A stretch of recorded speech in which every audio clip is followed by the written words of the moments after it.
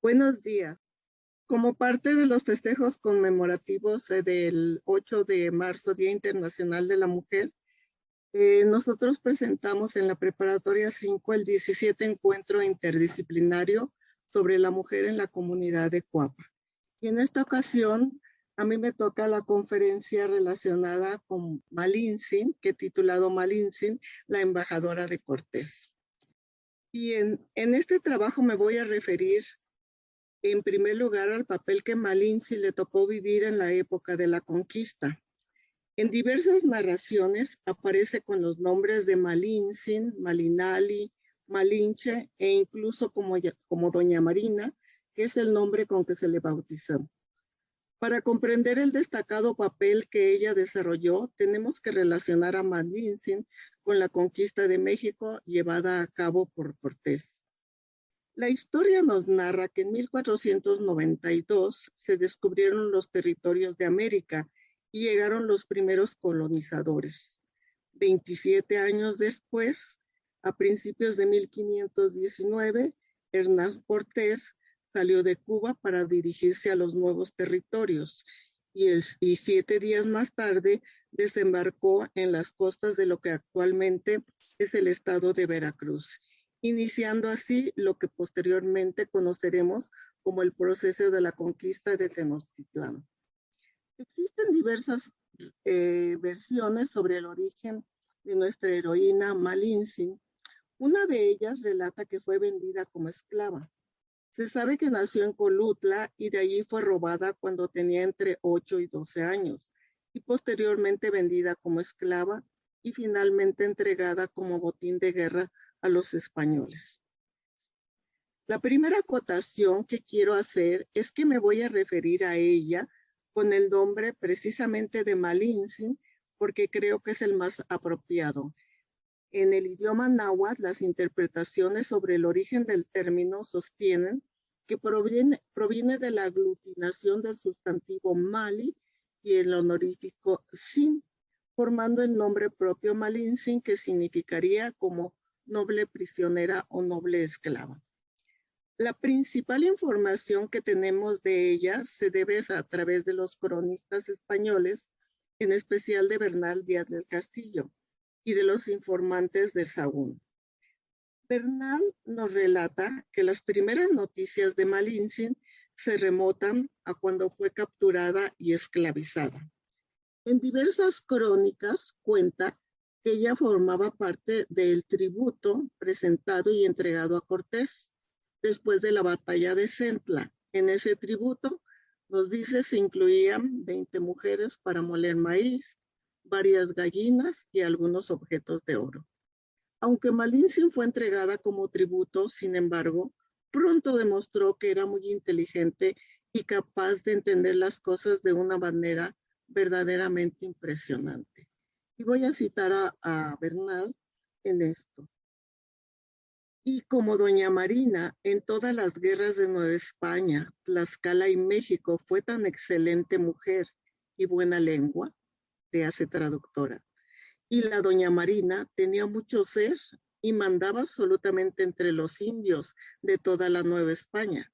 Y un poco más adelante dice, he querido declarar esto porque sin doña Marina no podíamos entender la lengua de Nueva España y México. Y si no hay entendimiento, ni siquiera haber realizado la conquista. Termina la cita. Malintzin sobresale por su conocimiento del náhuatl y el maya. Cortés, antes de conocerla, tenía como intérprete del maya al español Jerónimo de Aguilar, pero este no sabía náhuatl y no era tan inteligente y espabilado como Malintzin para traducir, sobre todo cuando se iban adentrando en las tierras náhuatl. Margot Glantz, quien ha hecho un interesante estudio sobre Malintzin, se propone hacer un redescubrimiento del papel que jugó nuestra protagonista a partir del análisis de diversas crónicas de la conquista. Su intención es superar el punto de vista ideologizado como nos ha llegado a nosotros a partir de los siglos XVIII y sobre todo del XIX en su papel de Malintzin. Para realizar esta reconstrucción, Glantz recurre a algunas de las fuentes originales, como la historia verdadera de la conquista de la Nueva España de Bernal, que ya citamos hace un momento, la bellísima relación de la historia de la destrucción de las Indias, de Fray Bartolomé de las Casas, la historia general de las cosas de la Nueva España, de Fray Bernardino de Sahagún, e incluso las cartas de Cortés. Para realizar su reconstrucción, entonces, y hacernos una mejor interpretación, su intención es proporcionarnos una visión de una Malintzin histórica. En este sentido, nuestra autora Glantz considera que Malintzin jugó un papel fundamental en la conquista de México como lengua de Cortés, esto es, como la principal intérprete.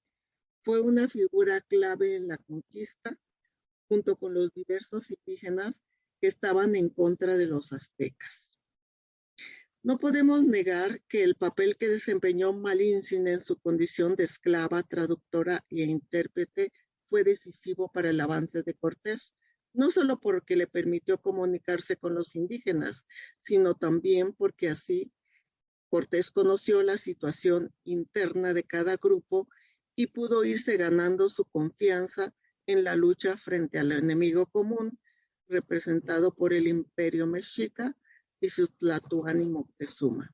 En este punto quiero señalar lo importante que es para nosotros hacer una reconstrucción histórica de nuestra identidad desde una perspectiva de género, y en este sentido de la significativa importancia de Malintzin como un personaje que a pesar de ser mujer, se reconstruye a sí misma y además lucha por un mundo más justo en contra de los mexicas.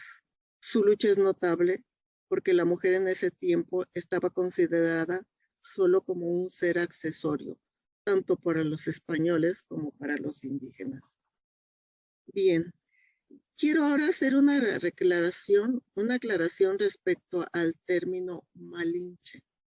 Según Bernal Díaz del Castillo, era a Cortés a quien llamaban Malinche, nunca a Malinche, y me remito a sus fuentes originales. Dice, cito, como en todos los pueblos por donde pasamos, o en otros donde tenían noticias de nosotros, llamaban a Cortés Malinche, y así le nombraré de aquí adelante. Malinche en todas las pláticas que tuviéramos con cualquier indios. Así, estoy citando, de esta provincia como de la Ciudad de México, y no le nombraré Cortés, sino en parte que convenga. Y la causa de haberle puesto a este nombre es que doña Marina, nuestra lengua, estaba siempre en su compañía, especialmente cuando venían embajadores o pláticas con caciques, y ella lo declaraba en lengua mexicana. Por esta causa, le llamaban a Cortés el capitán de marina, y para ser más breve, le llamaban Malinche. A este respecto, Marco Glass nos dice lo siguiente. El capitán Malinche, jefe de los españoles, nos aparece como un hombre despojado de su virilidad. Carece de lengua, porque sus palabras carecen de fuerza, es decir, de inteligibilidad. Para los indígenas, Malintzin es la dueña del discurso y Cortés es simplemente el capitán Malinche. Carece de lengua porque carece de inteligibilidad. Solo las palabras que emite una mujer que cumple con excelencia su oficio de lengua alcanzan a sus destinatarios. Vemos pues que en la lectura de Glantz acerca del capitán Malinche, sí, esto significa que quien tiene la lengua, la interpretación y el poder de convencer es Malinche. Por ello, es ella quien tiene a Cortés y no él a ella. Esta noción del capitán Malinche pone de manifiesto una nueva comprensión abierta sobre nuestro personaje, que nos permite entender la importancia de sus intervenciones y de su papel en el proceso de la conquista desde 1519. Bien, voy a hacer una acotación respecto a esta cuestión del malinchismo. Malintzin ha sido un personaje muy controvertido en la historia de nuestro país. La forma en cómo se le ha ideologizado ha sido recurrente a lo largo del tiempo. Se le ha nombrado precisamente como Malinche, de ahí deriva el término malinchismo, atribuido a aquellas personas que tienden a valorar más lo extranjero que lo nacional. Proviene desde luego del nombre que los indígenas dieron a Cortés, el capitán Malinche, recuerden, lo cual habría entonces que repensar y reconstruir. Margot Glantz afirma que desde la época de la independencia empieza a revertirse la imagen de nuestra heroína hasta más allá del año 1950, donde surge la fórmula del malinchismo, dándole a ella el calificativo de traidora.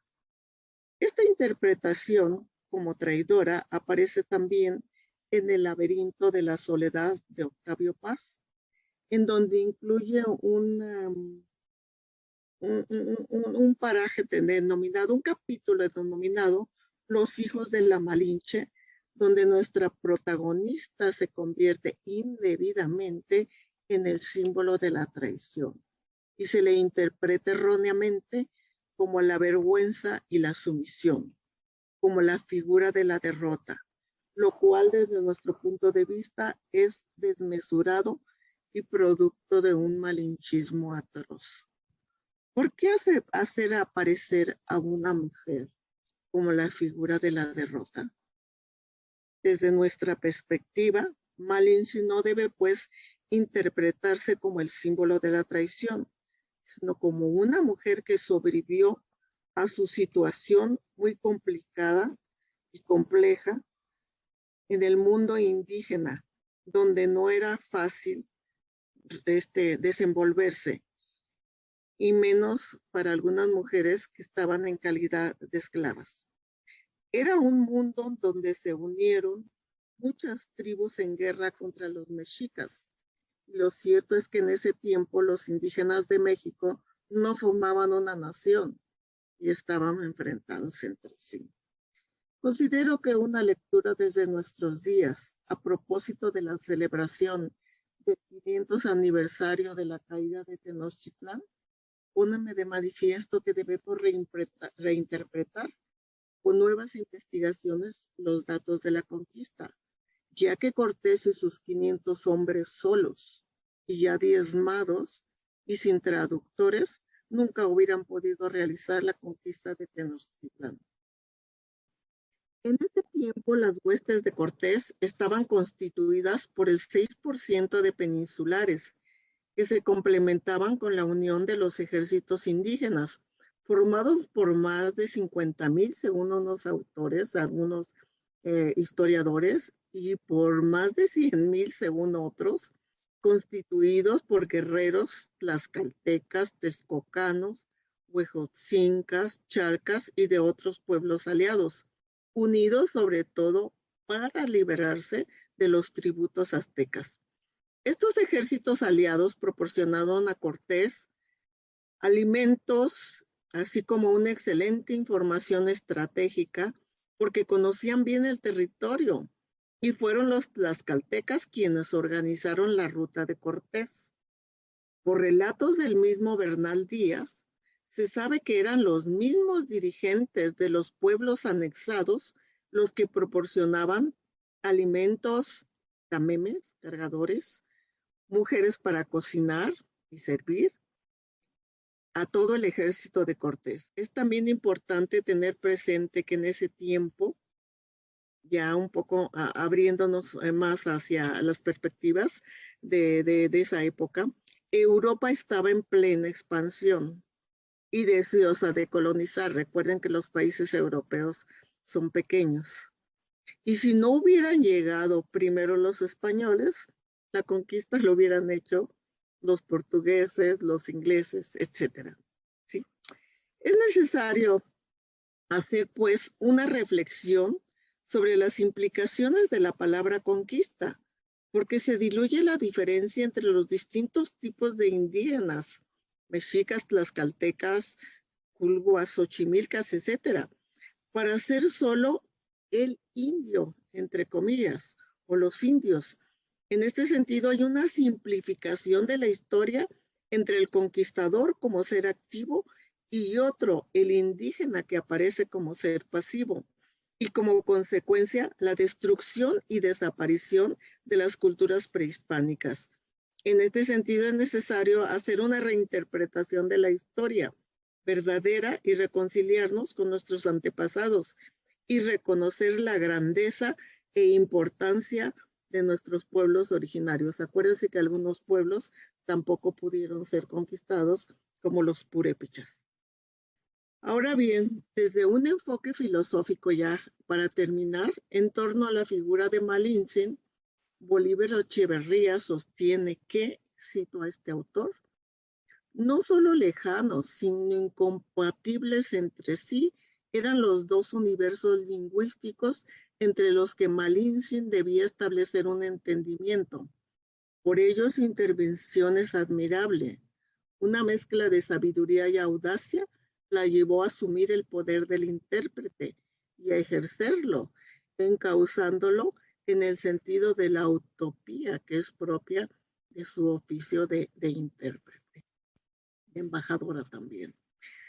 Reconoció que el entendimiento entre los europeos e indígenas era imposible en las condiciones dadas y que para alcanzarlo unos y otros, los vencedores e integradores, no menos que los vencidos e integrados, tenían que ir más allá de sí mismos, volverse diferentes a lo que eran.